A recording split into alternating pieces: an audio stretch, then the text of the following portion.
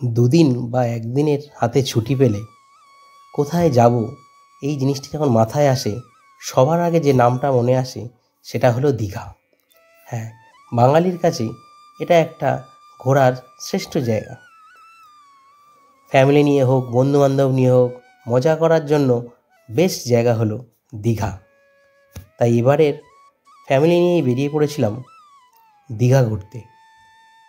বাড়ি থেকে কিভাবে দীঘা গেলাম এবং সেখানে কি কি করলাম সেই সব ভিডিও তুলে ধরছি আপনাদের সামনে। তাহলে আসুন শুরু করি আজকের ভিডিও। সোনারপুর রাজপুর ফাঁড়ি থেকে আমরা সকাল 6টায় স্টেট বাস অর্থাৎ SBSTC যে বাস, সেই বাসে করেই গিয়েছিলাম এবারে দীঘা। সেই অনুযায়ী আমরা রাজপুর ফাঁড়িতে সকাল সকাল এসে দাঁড়াই, আমাদের বাস এসে গেছে।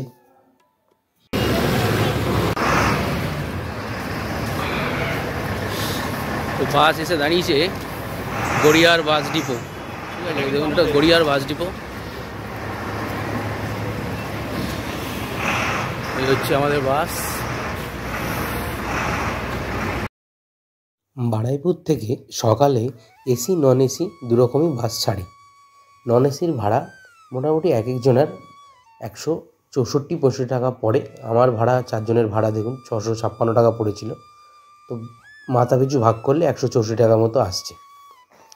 এছাড়াও আপনারা বিভিন্ন অ্যাপসের মাধ্যমেও এখান থেকে টিকিট বুক করতে পারেন। আমি তলার স্ক্রিনে ফোন নাম্বার দিয়ে দিচ্ছি, আপনি সেই ফোন নাম্বারও ফোন করে টিকিট বুক করতে পারেন।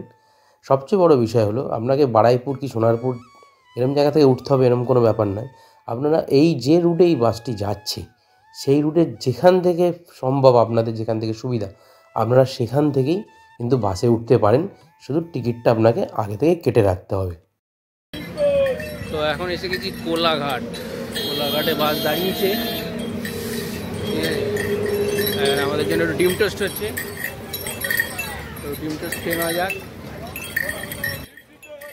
কোলাঘাট পৌঁছে আমরা কিছু টুকিটাকি খাবার খেয়ে নিলাম এবং এখানে বাথরুম টাথরুম আছে, মেয়েরা এবং পুরুষরা দুজনেই ইউজ করতে পারবে। এছাড়া রাস্তা কিন্তু খুবই ভালো। বাস ভিতর নর্মাল সিট, বসার আহামরি কিছু আশা করবেন না, কিন্তু রাস্তা ভালো হওয়ার জন্য খুব একটা কষ্ট অনুভব হয় না। যেহেতু ডিস্টেন্সটা প্রায় 6 ঘন্টার মতো, তো গরমকাল মানে পুরো গরমে কিন্তু একটু কষ্ট হবে, এটা স্বাভাবিক। তখন এসি করতে পারেন, এসি বাসের সিস্টেম আছে। নর্মালি শীতকাল যদি হয় তো হালকা ঠান্ডা থাকলেও মানে তখনও কিন্তু অসুবিধা কিছু হবে না, কারণ আশপাশটা খুবই সুন্দর, দেখতে দেখতে দিব্যি চলে যাওয়া যায়। আর এই বাসের ফেয়ারটা সবারই মোটামুটি পকেট ফ্রেন্ডলি। তো অবশেষে আমি আর কুশ আর আমরা সবাই দীঘা এলাম, তাই তো কুশ? হ্যাঁ, বাস 12:20 ঢুকলো, জাস্ট নামলাম। এবার হোটেলের দিকে যাচ্ছি, হোটেল বুক করা আছে। ছেলে ক্লান্ত হয়ে পড়েছে, সকাল থেকে খাওয়া কম হয়ে গেছে আর হাঁটতে পারছেন না উনি, তাই উনি এখন কোলে উঠে পড়েছেন। ঠিক আছে, না বুক আছে সব, না হোটেল বুকে আগে ঢুকি আগে। ঠিক আছে, তাহলে চলো হোটেলে যাওয়া যাক আগে, তারপরে কথা হবে। ঠিক আছে, চলো। পৌঁছে গেছি, এটা আমাদের হোটেল সান ইন2। এবারে দীঘার হোটেল আমাদের।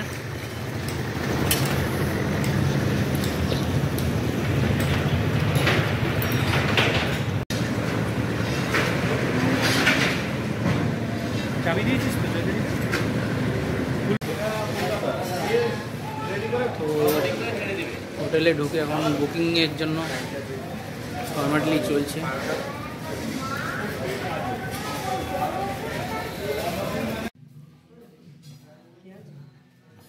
হোটেলে চেকিং করার পরেই আমাদের এতটাই খিদে পেয়ে গেছিলো সবার, যে তাড়াতাড়ি স্নান করে আমরা হোটেলের মধ্যেই একটা দারুণ রেস্টুরেন্ট পেয়ে গেছিলাম। রেস্টুরেন্টের নাম হচ্ছে আবার খাবো। আমরা দুরাত্রি এই হোটেলে ছিলাম, তো আমাদের বাইরে কোথাও আমরা কখনো খাইনি। আমাদের দুপুরের খাবার, রাতের খাবার আমরা সবসময় এই হোটেলেই খাবার খেয়েছি এবং খাবার খুবই সুন্দর, টেস্ট তো খুবই ভালো। আবার খাবো রেস্টুরেন্ট, আর প্রাইসও রিজনেবল। প্রাইস অনুযায়ী খাবারের টেস্ট খুবই ভালো। তো আমরা প্রতিদিনই এখানেই খাবার খেতাম।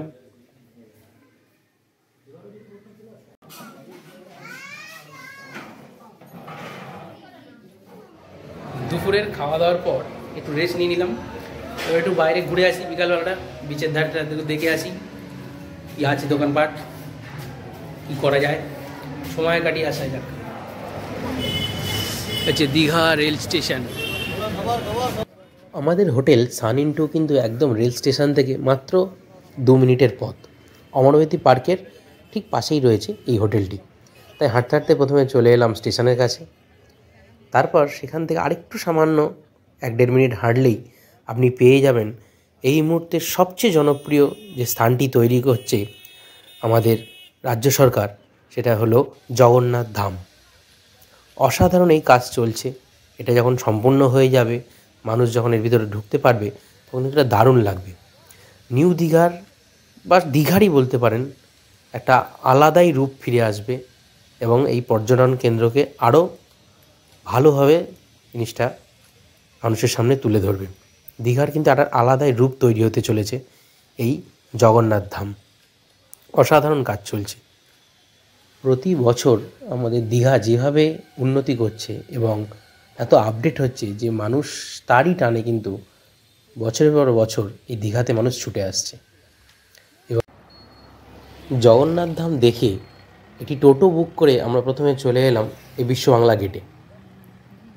এখানে কিছুটা সময় কাটিয়ে একটা ছবি তুলে তারপর আমরা চলে গেলাম সোজা শঙ্করপুরের বিচে। শঙ্করপুরটা খুব সুন্দর করে সাজানো আছে।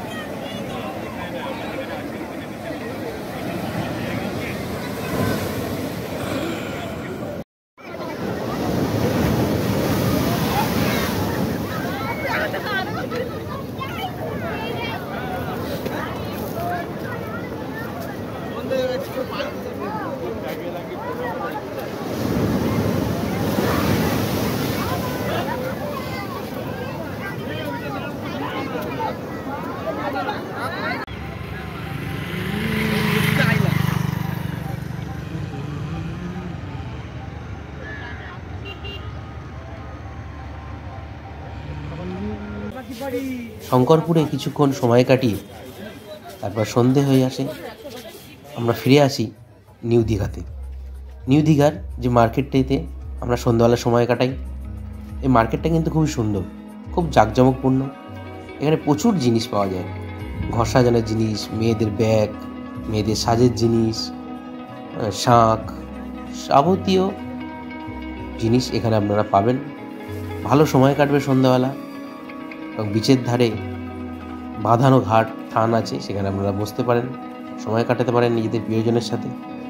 আমরাও বেশ কিছুক্ষণ এই মার্কেটে ঘুরলাম, কিছু দোকান আপনাদের দেখাই, দেখুন।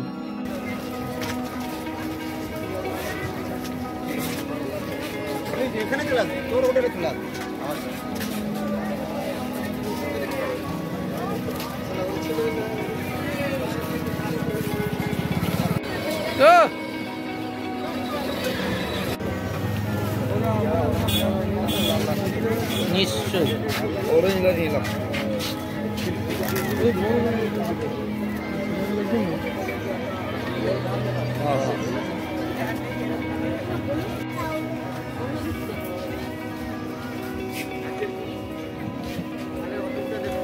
একটা লাস্ট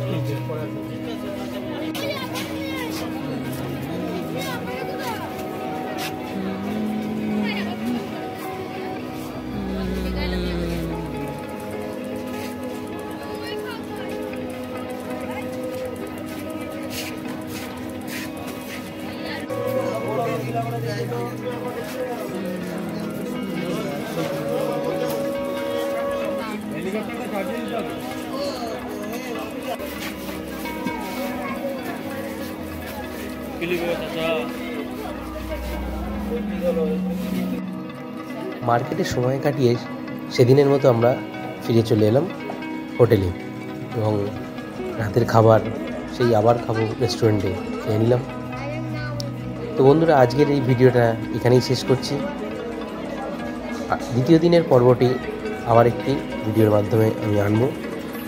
এই ভিডিওটা কেমন লাগলো অবশ্যই জানাবেন, আর ভালো লাগলে চ্যানেলটি সাবস্ক্রাইব করতে ভুলবেন না এবং লাইক শেয়ার কমেন্ট তো অবশ্যই করবেন। কমেন্ট করে অবশ্যই জানাবেন কেমন লাগলো ভিডিওটা। তো আজকের মতো নমস্কার।